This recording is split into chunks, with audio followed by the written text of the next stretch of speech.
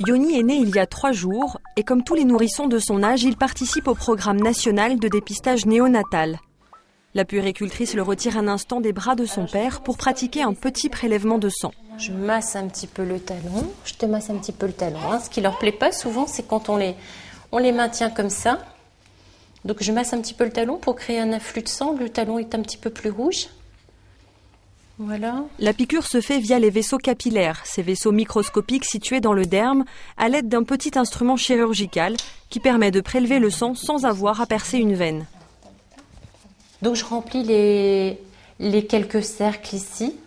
C'est un papier buvard qui absorbe les petites gouttes de sang. Et ce sont ces gouttes de sang qui vont être analysées au laboratoire. C'est terminé, Yoni. Ce dépistage est quasi indolore pour le nourrisson. Il est pratiqué de façon systématique mais n'est pas obligatoire. Les parents de Yoni auraient donc pu le refuser. Mais pour eux, comme pour 99% des parents, il est fondamental d'être informé. En fait, le dépistage ne m'angoisse pas du tout. Et je me dis que si on découvre quelque chose précocement, il sera pris en charge tout de suite et c'est rassurant. Le prélèvement de sang sèche quelques heures, puis est envoyé à l'association régionale de dépistage. C'est ici que sont répertoriées toutes les données propres à chaque échantillon de sang, le numéro identifiant du prélèvement et les coordonnées de la famille. Une fois l'enregistrement effectué, le buvard est transmis au laboratoire pour analyse. Le laboratoire de Lille réalise 60 000 dépistages par an.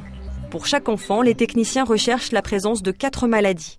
Il y a tout d'abord la phénylcétonurie et l'hypothyroïdie congénitale. Si ces 2 maladies ne sont pas prises en charge précocement, elles empêchent le développement normal du cerveau. 3e maladie recherchée, l'hyperplasie congénitale des surrénales. Il s'agit d'un dérèglement hormonal provoquant de violents accidents de déshydratation chez les enfants touchés. Plus grave, la mucoviscidose, connue pour provoquer d'importantes difficultés respiratoires et digestives.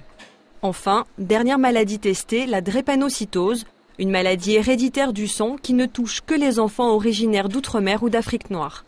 Pour chacune de ces maladies, le dépistage précoce est indispensable.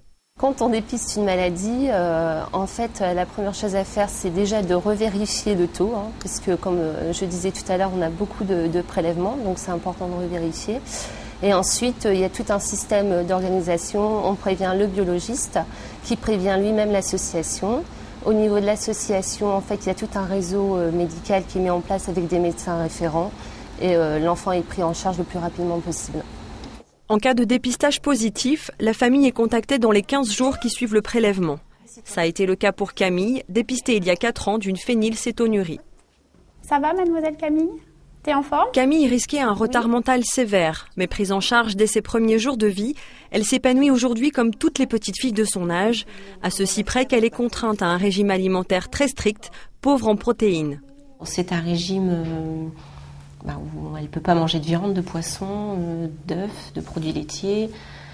Donc elle mange en fait essentiellement des fruits et des légumes, quelques sucreries sans gélatine donc c'est très contraignant. Si aujourd'hui la maladie de Camille fait partie du quotidien de la famille, l'annonce du diagnostic a d'abord été un choc.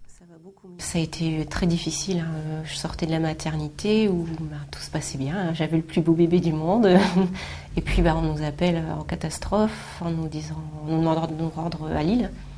Donc alors j'avais pas du tout accouché à Lille, donc je comprenais pas trop. Donc qu'est-ce que c'était ? Est-ce que elle allait vivre tout simplement ? Au départ c'est ça. Je pense que le plus difficile c'est d'expliquer aux parents que leur enfant sera différent dans la vie quotidienne avec les répercussions qu'a un tel régime au niveau de l'insertion sociale, ne serait-ce que ça. En fait les patients sont vus quasiment tous les mois la première année. Et puis après, on espace tous les 3 mois, tous les 6 mois. Et on essaie encore de suivre les adultes 1 fois par an. Aurore a été suivie toute sa vie pour une hypothyroïdie congénitale. Elle est aujourd'hui maman d'une petite fille de 6 mois. Et pour elle, c'est sûr, le dépistage lui a sauvé la vie. Il est clair que sans ce traitement, j'aurais pas évolué normalement. Donc c'est clair que c'est une grande chance, simplement. Enfin, je crois qu'il n'y a pas de mots pour expliquer ça, quoi. Le dépistage néonatal est entièrement financé par l'assurance maladie.